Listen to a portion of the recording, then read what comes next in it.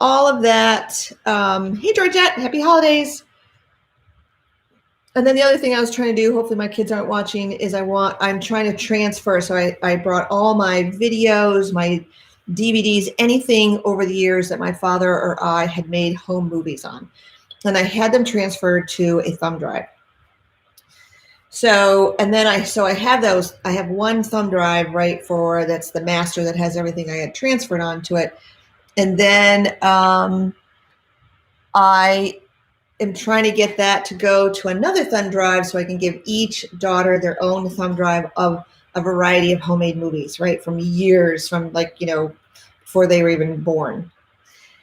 And so that is I thought it was going to be a really quick, drag it across and get it into the next thumb drive, and I would be done in 10 minutes. And that's not happening.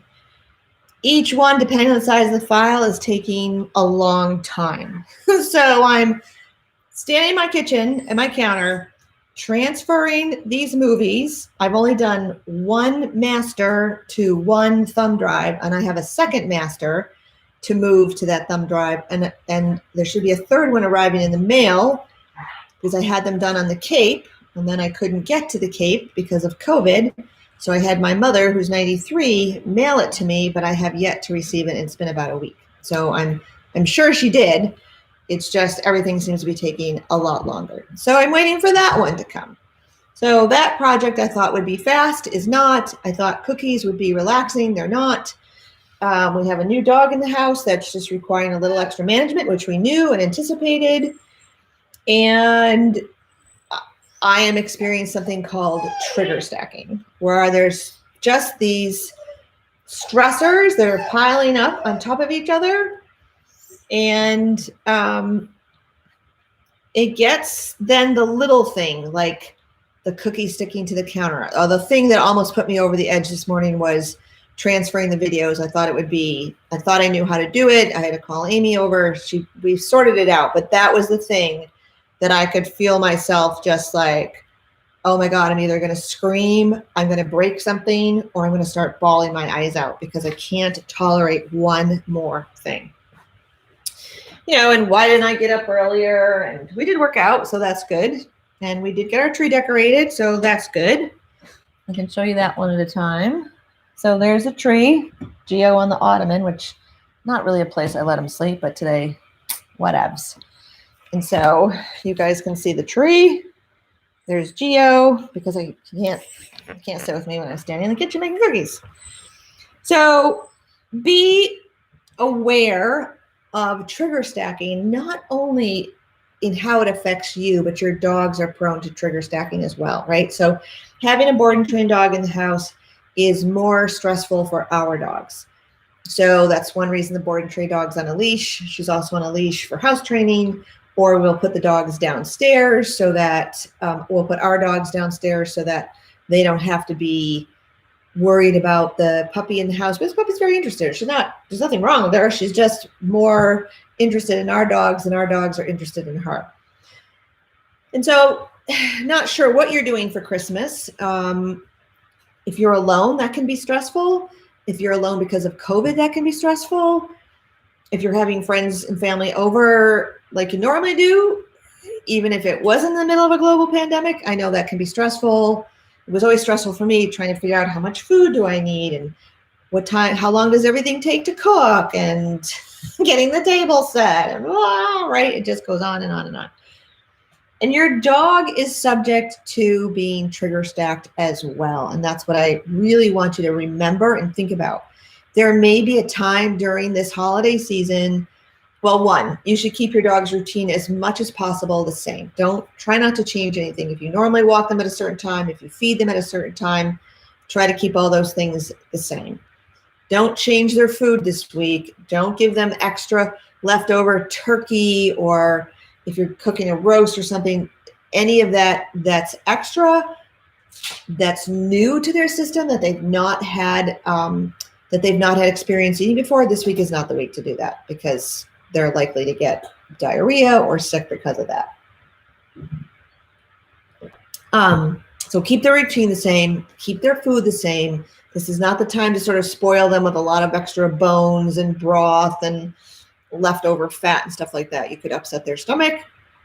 Also know, for any of you guys that have highly aroused dogs, an arousal is different than high energy. High energy dogs are better with exercise. High arousal dogs generally are not. It's not, some of them are worse. Some of them are just the same.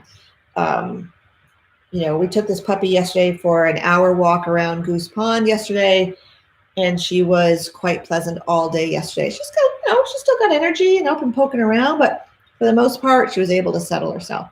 A high arousal dog won't be able to do that.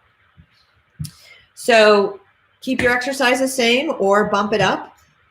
I would have you could prepare ahead of time some brain toys so that your dogs have things to do to keep them busy while you're cooking, baking cookies, talking to family, wrapping gifts, whatever it is that you're going to be doing. Think about what you can do to help your dogs stay busy so they're not underfoot or in your way or annoying you, which will increase your stress and increase their stress. Also know that for your dogs, at the end of the day, they're tired just like you're tired. And that can be a time when maybe they need to be crated. Maybe they need to, in our house, we would put them downstairs and stay upstairs. I can remember years and years ago when my niece was young, she might have been 4 or 5. And it wasn't Geo. I had Thor and Vesta at the time. They would follow her around all day and play with her and bring her toys. And, she would drop food and they would eat it. And then after dinner one night, I watched both of the dogs' behaviors. And Vesta was laying on the couch and my niece walked up to her and Vesta just sort of lifted up her head and just sort of gave her a look. And I'm like, okay, she's done. And then she walked over to Thor, who was laying on the floor at the time, and he didn't move. He didn't consent to play. He didn't ask to play. I said, okay, so both dogs are tired. And I just told her that I was going to put them to bed. They were tired. They needed to go to sleep for the night. And they were.